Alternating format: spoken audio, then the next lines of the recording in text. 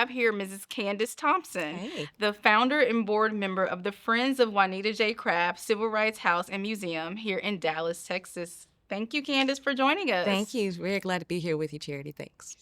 Tell us a little bit about yourself and tell us Oh, about your goodness. organization and your connection with Juanita J. Craft House and Museum.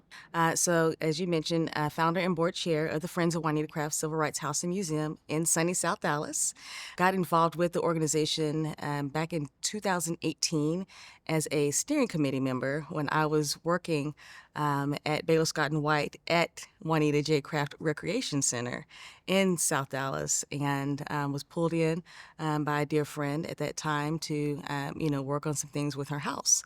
Prior to that time, I had limited knowledge about Miss Craft. I knew that there was a bust at the organization that mentioned her. We had not necessarily a mural, but like a painting or a design, that kind of talked about her life, and I was just taken in by it. I was like, wow, this woman lived here, did all of these amazing things, and I did not know about her. It's like having a hero in your own town, and their story is silenced or not really talked about in as much detail as one would think. So from that moment, I got involved, and then a couple of years later, I was voluntold by my elders to establish the nonprofit organization for the Friends of Juanita Craft Civil Rights House and Museum, and so I did. And had to learn all the ins and outs of establishing a nonprofit, and we did that. And now we have a beautiful relationship with the city of Dallas, who owns the house, and we partner, and we have a liaison, Ms. Kendall Ferguson, that we collaborate on programming with. So, and from that point on, it's been a beautiful blossoming relationship and continues to today. Amazing, Yes. amazing. Candace, can you tell us about Mrs. Juanita Craft, including her early life and her background? Yeah, certainly. I'll share a little bit about it because I know that there's going to be something that I'm going to miss.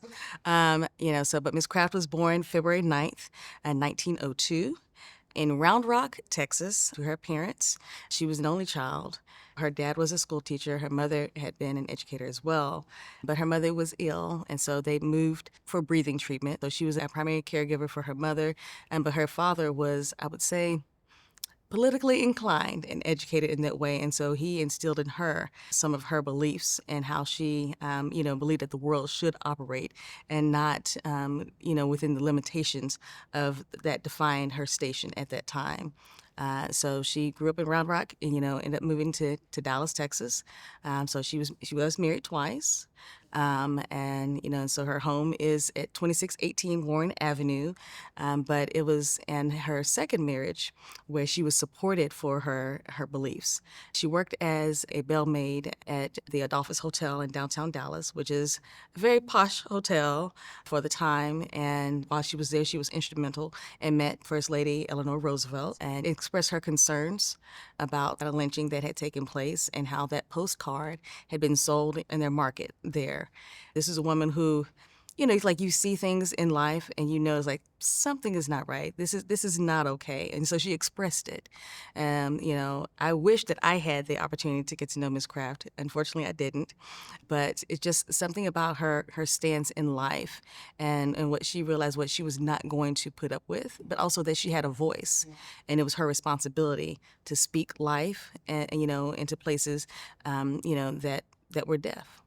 In her activism, she helped start over, I want to say, like 184 chapters of the NAACP in 4 states. She had a magical way of working with youth.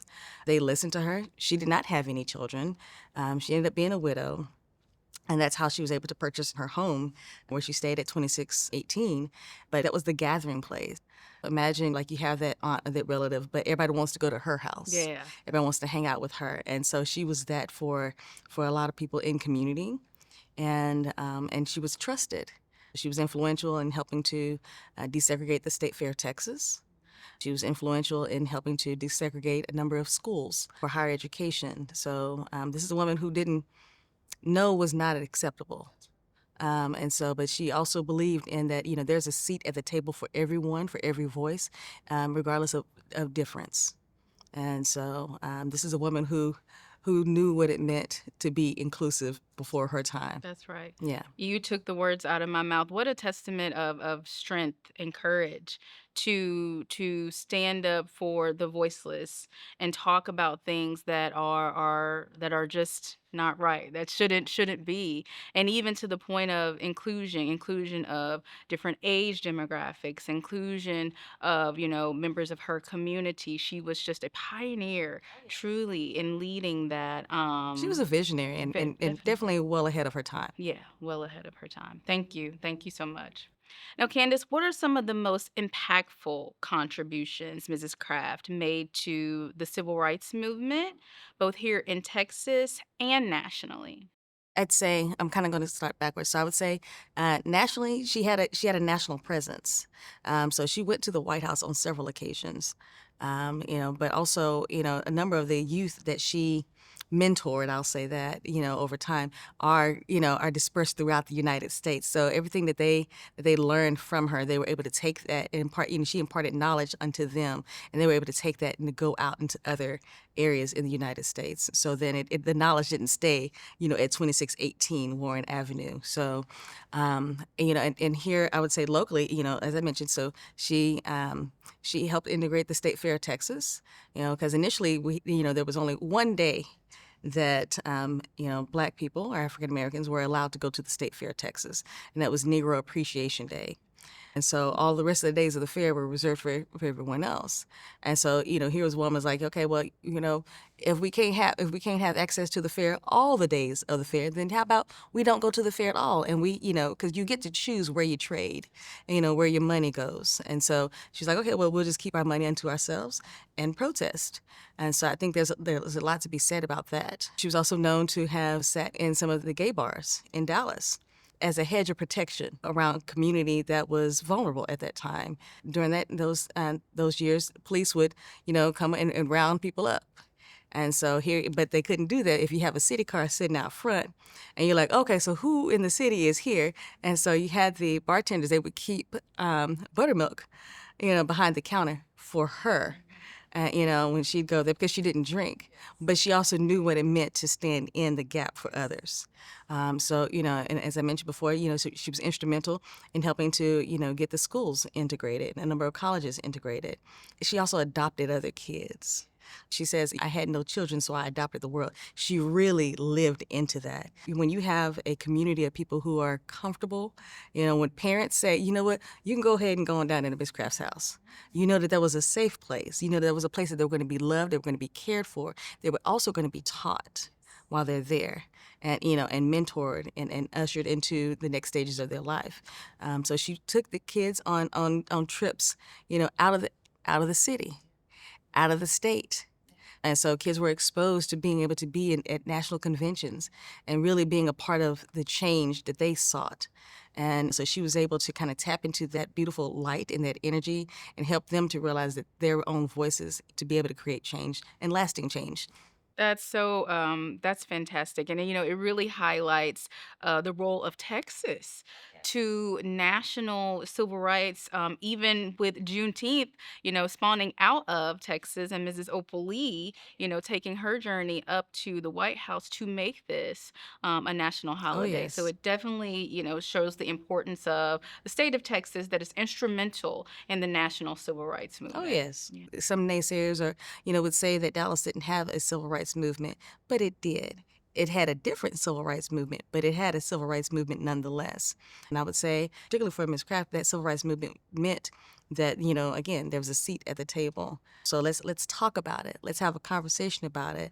Let's figure out, where it is that you and I meet in the middle, and bring that, understanding and that humanity to both of us and dignity. So as we talk about Mrs. Craft home and exactly what you just mentioned, let's pull up a seat. Let's have a conversation.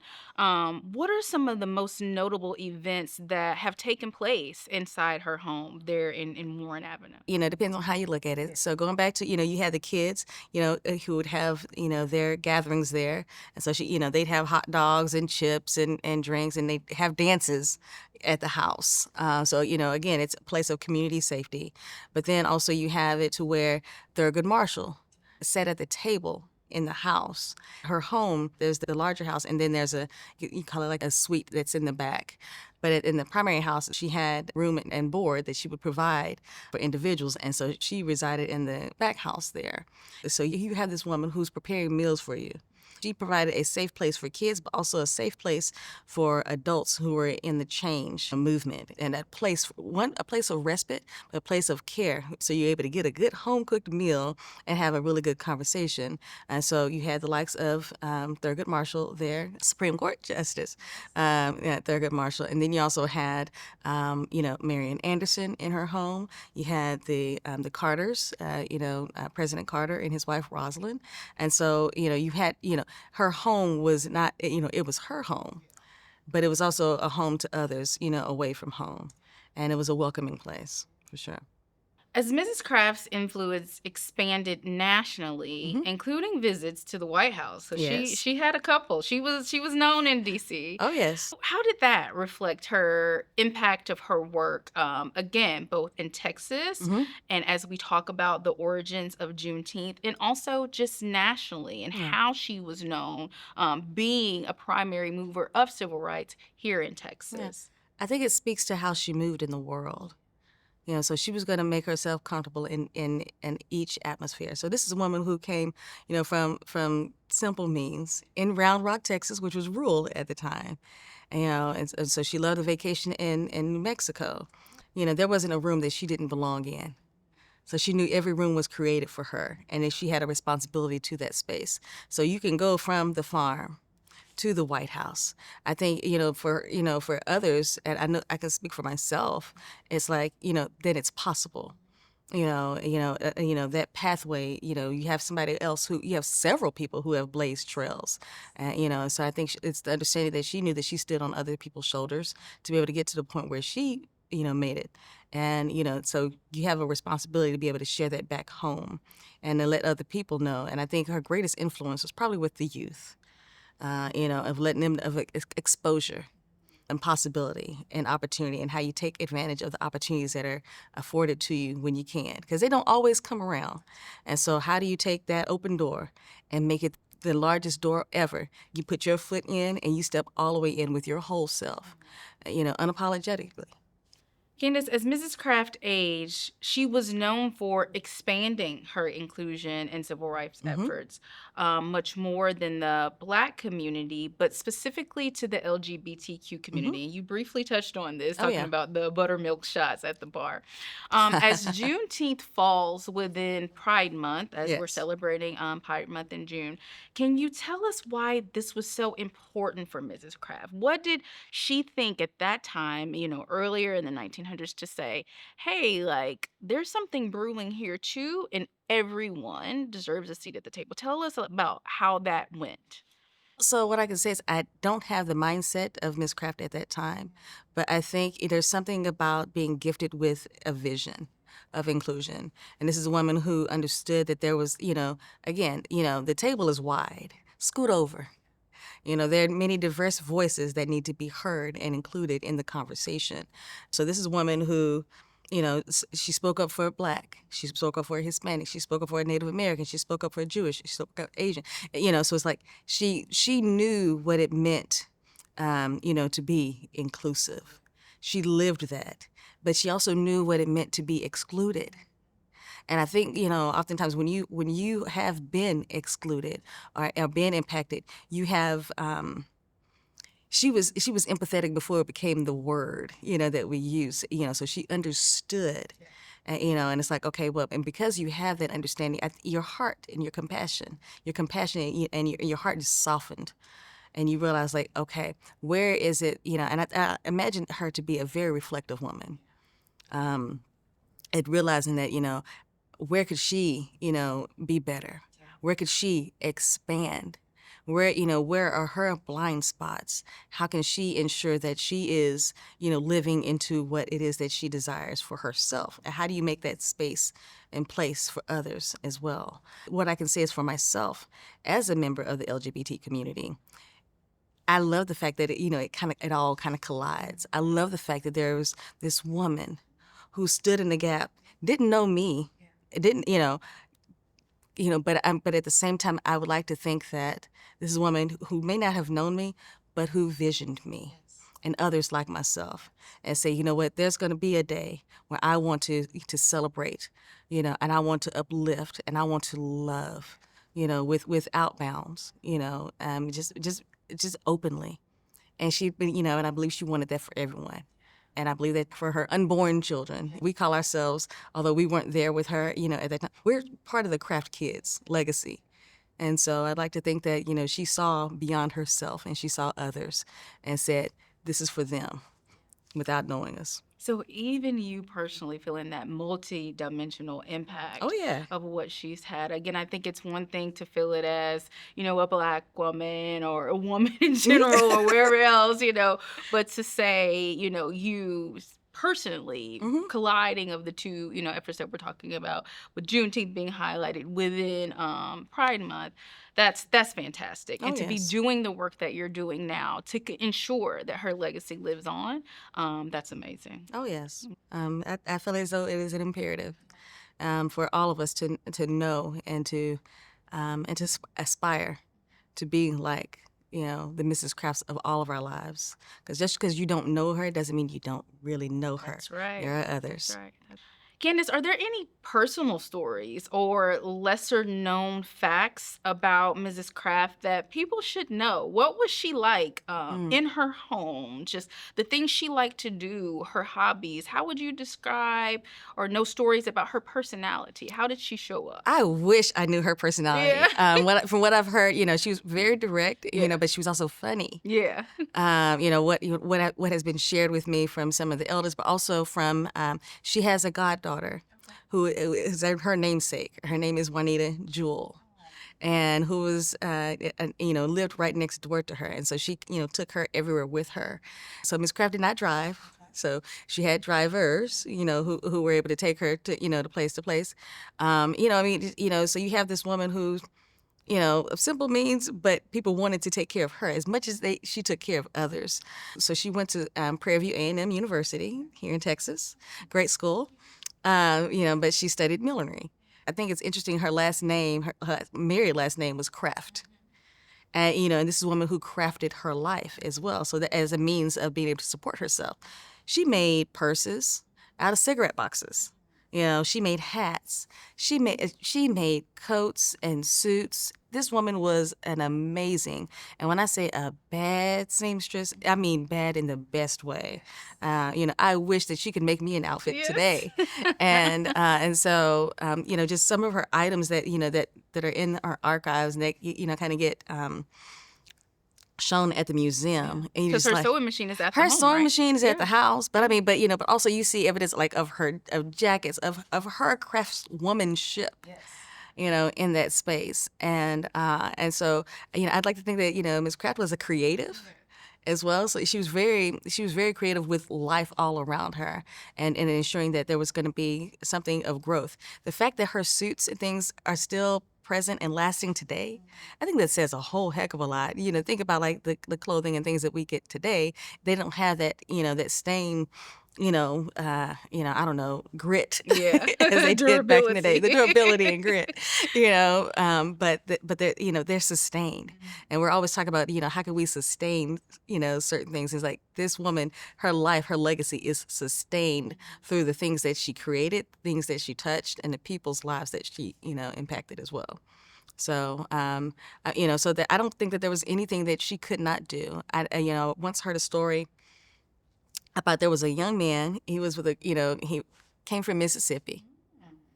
And so I guess back in the day, it was easy to kind of travel. So, but he came from Mississippi, and he was a member of the LGBT community. But this is long ago, mind you, like in the 70s. Came from Mississippi, ended up in Dallas, and here she is. She saw him. She's like, and so she was talking to the group of men, and it's like, okay, so what are y'all doing? And this one young man didn't know what he was going. He was just there just to have fun. Didn't have a plan or a set plan. She adopted him right there on the spot. Wow. And he lived with her. Oh, wow. And so she took care of him. And so it's like it's something to be said about someone who can pick you out of a group and says, okay, You're my child. And, and I'm meant to, to love you and to foster you, even as a semi-adult, because most of us are not really fully adults when we're 18. So I think, there are some of those types of stories. And I think that tells a lot about the woman and her character, and of just having an amazing open heart. Yeah. So I am a member of the Junior League of Dallas, which is how I became affiliated with you all, and now I'm a board member with the Friends of Juanita Craft, serving as a representation there. So with that, it has been amazing with me getting to know the organization, learning more about it. To your point, I also felt a bit of that pioneering spirit. It's like those that have it, you can't not feel that Yeah. when you're there in the home and learning about what she did and what she stood for. How can others visit the home Okay. and the museum and also just get more involved with Juanita J. Craft House and the activities that we Certainly. have upcoming for the year? How can others get involved? Certainly. First and foremost, everyone, you're welcome.